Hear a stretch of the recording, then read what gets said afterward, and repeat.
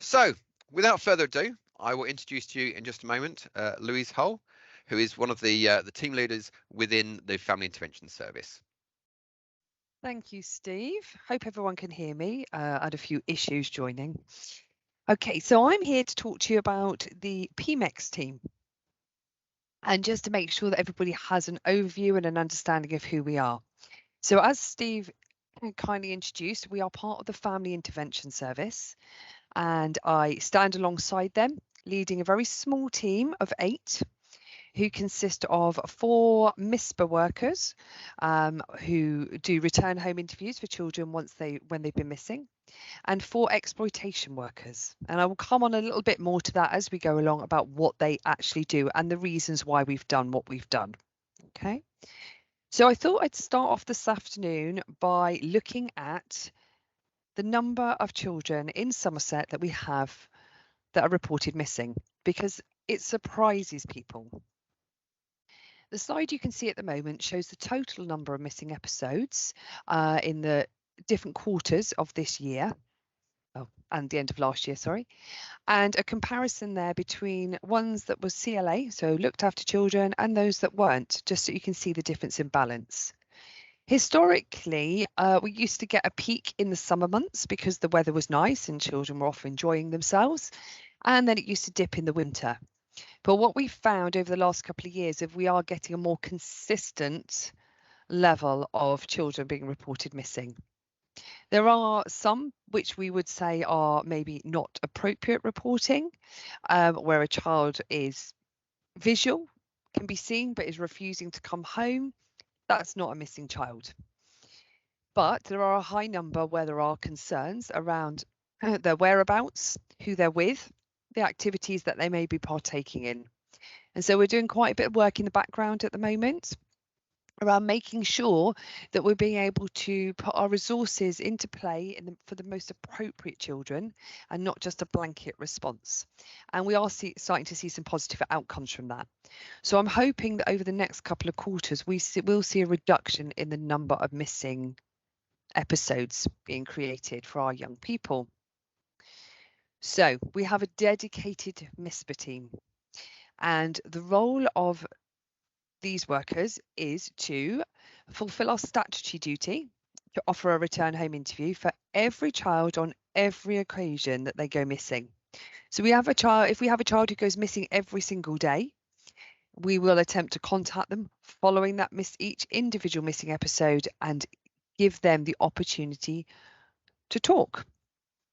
So statutory guidance says that we should complete this within 72 hours of the child returning home.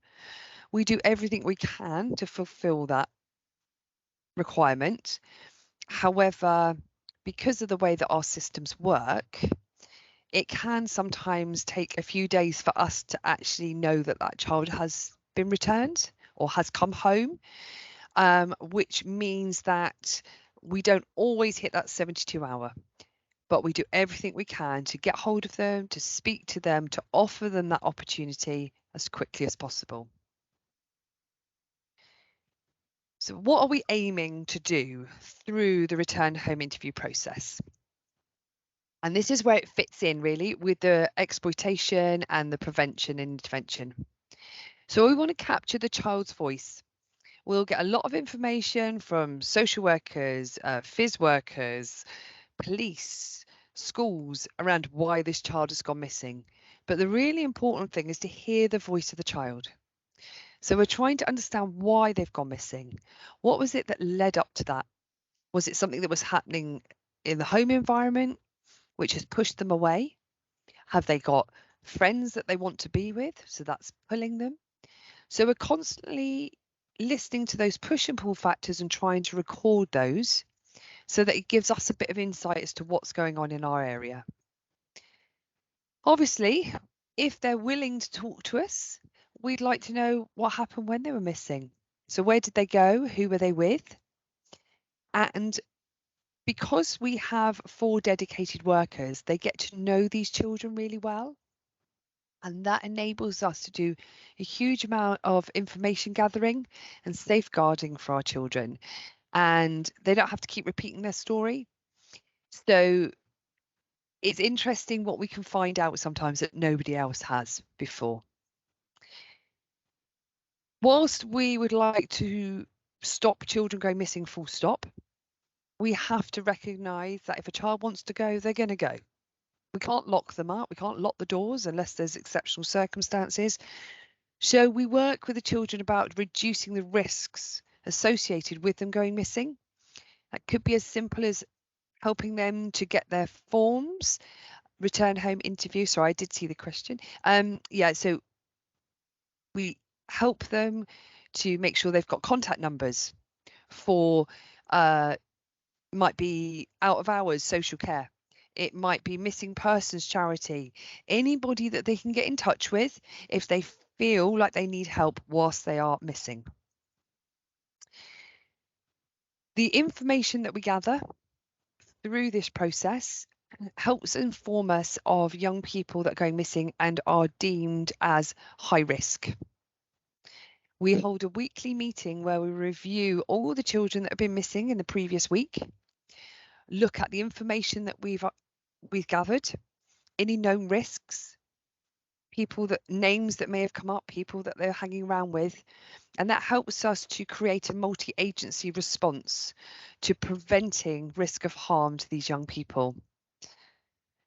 Some of the young people that we speak to are not open to any services. So not open to the family intervention service, they're not open to children's social care.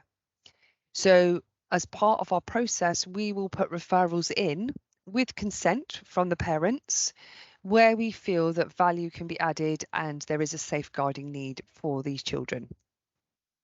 And ultimately, what we're wanting to do is get children and parents and carers talking to each other, exploring why the child was going missing and what can we do, what can we change, how can we make things better and reduce the risks of them going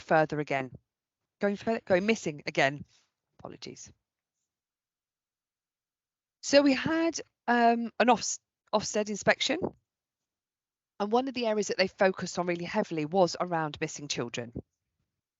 So I've got a few notes here on numbers since August till October 2022.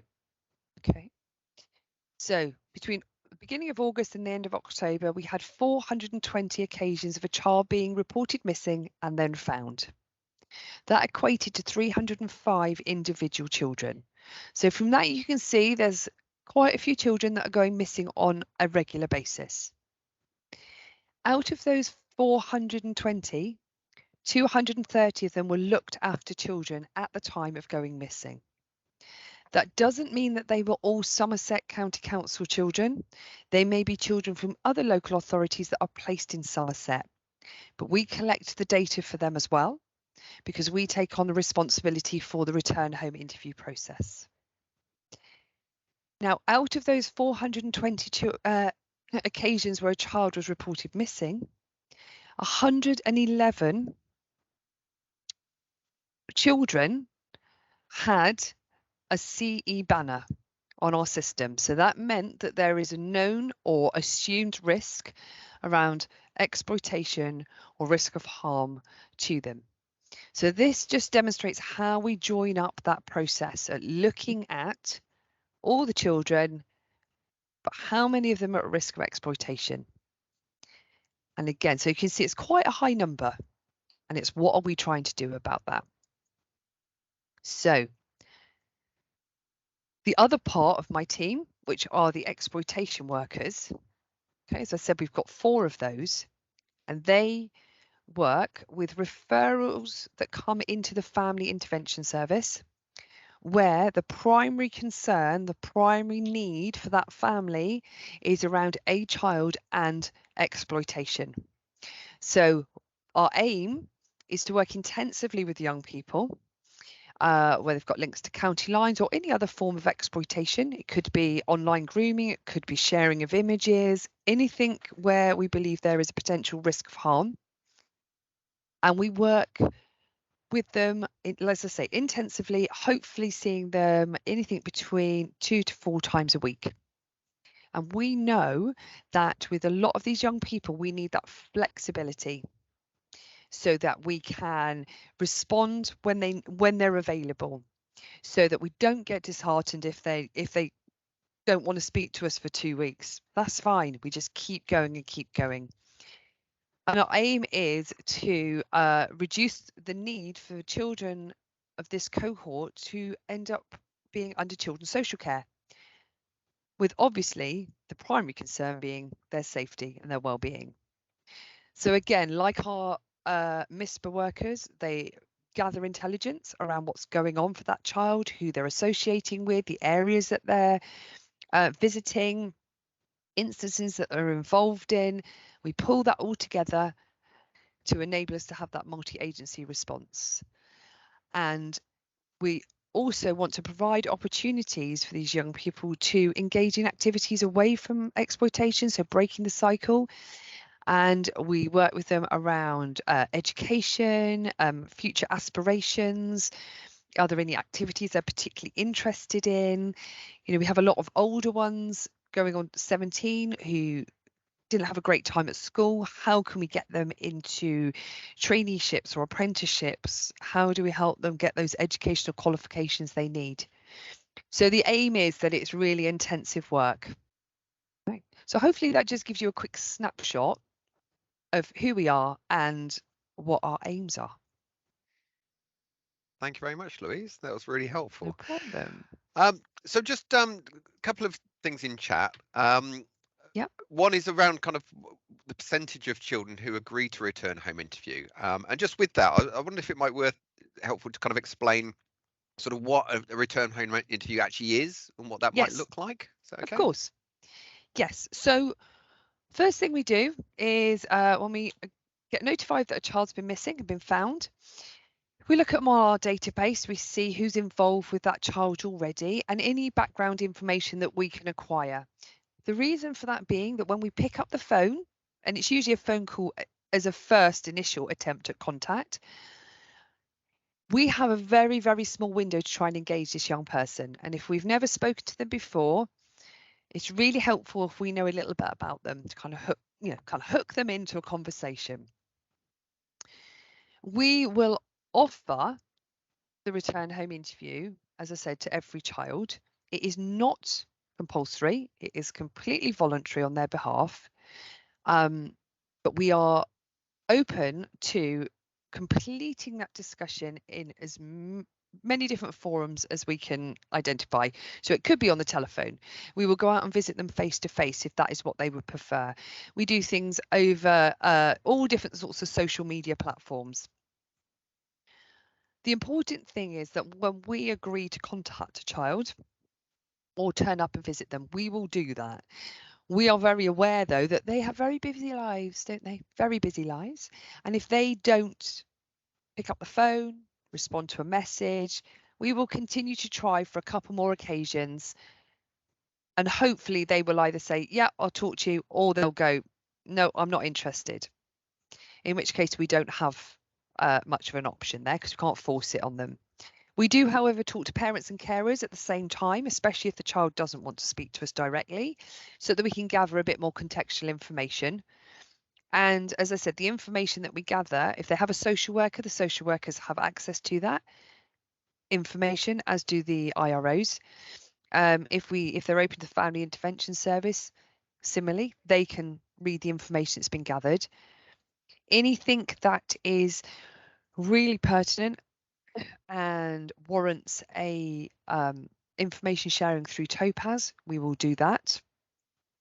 And as I say, we have our multi-agency discussion on a Friday, which includes police and education and social care, so that we can all join up together and have that shared information. More often than not, the information they provide is, whilst it's important around that singular child, it usually has a wider impact. So it links other children together and concerns around localities and what is happening. Thank you, Louise. And sorry, if I missed it, but did you say about sort of what sort of percentage of children take up on the offer of a return home interview? Didn't, and I didn't provide that, but that is something I can certainly provide for you. I do have a data set which I'm manually pulling together around that area at the moment. We are in the process of updating our return home interview form that we complete so that we can get more clear data around those answers, because there's a couple of different variables. You will have children who answer to your communication and say, no, I'm not interested. We will have a high number that will, by the time we get round to trying to make contact, they're missing again. We will have ones where we're unable to contact them. We have difficulties contacting the young people, especially when they're looked after children placed in Somerset, but from another local authority. There can be a number of different variables. So it'd be unfair of me, I think, to say percentage-wise at this point in time, without being able to break it down a bit further into the reasons why we weren't able to contact. But it is one thing that came out of Ofsted, and one thing we are working really hard at that engagement, and our recording systems do not do justice to the amount of attempts at contact. So I can, if you really want it, I can give you that overview, and I can send it to Steve to pass on to everyone. But I wouldn't take it as 100% accurate. Lovely. Thank you, Louise. And another question in terms of the work of the PMEX team, just a question from Sophie here asking, how long are you kind of typically involved with a child or young person or family after an episode of being missing? Right, so if they are just a missing child, I hate to say it like that, but if from the missing child perspective, it's a very quick overturn, because we have 4 workers that are just doing that initial contact with those young people. That's very different to the exploitation workers side. And the exploitation workers, that's a bit open-ended at the moment. They only actually came into role in May of this year. Our intention is that they could be working with them up to 12 months and further. We will take it on an individual needs basis. What we are really aware of is if we have a young person who is involved in county lines, for example, and we're able to break that cycle for them, we have to make sure that we're not just stepping away as soon as oh yeah, they're not in county lines anymore, let's step away. Because if you do that, the risks of them returning are really high. So at the moment, I can't give you a specific, but our intention is that it'll probably be around the 12-month mark, and longer for exceptional circumstances. Thank you, Louise. And another really good question here from Kieran asking, in terms of the team that you manage, kind of where does it sit? And the question is this team service attached to the Family Intervention Service or additional to that? So it might be helpful just to kind of explain kind of where the team is, where it sits. Yeah, it is part of the Family Intervention Service. And the way that it came about is through me doing the work around missing children and identifying that there was a need for the Family Intervention Service level of intervention, an early intervention with key children where exploitation was identified. And so that we would have a group of workers who can be upskilled, and it's much easier to gather the information that you need if you're a smaller team, to collate that data, to collate that intelligence. So we don't take referrals directly in. Everything comes through the family intervention team. So if a school, for example, put in a referral and it's about little Johnny, and little Johnny, they're really worried because he's on his phone all the time, he's going missing, they've identified he's been seen with X, Y, and Z who they're really worried about. That'll come in through the normal processes into the Family Intervention Service. The area team leaders in the 4 areas of the county will review those referrals, and if they think it's one that would be appropriate for my part of the team, they contact me directly. I review it alongside them, and then when we've got capacity, we will take on that case. If we haven't got capacity, it doesn't sit waiting for us. It goes into the wider Family Intervention Service, and we offer advice and guidance where required and where requested, because we can't have children where the concerns are this high sat waiting for one of my team to become available. They're only working on small caseloads, and that's a big difference. They're only holding 6 children at a time, compared to the wider family intervention service, which hold 10 as a minimum. And so if you think they've only got 6 children, potentially all of those could last a year, the turnover is not particularly high. So while we can't work directly with all of them, we will offer advice and guidance, or go out and do just small individual pieces of work rather than being the case holders.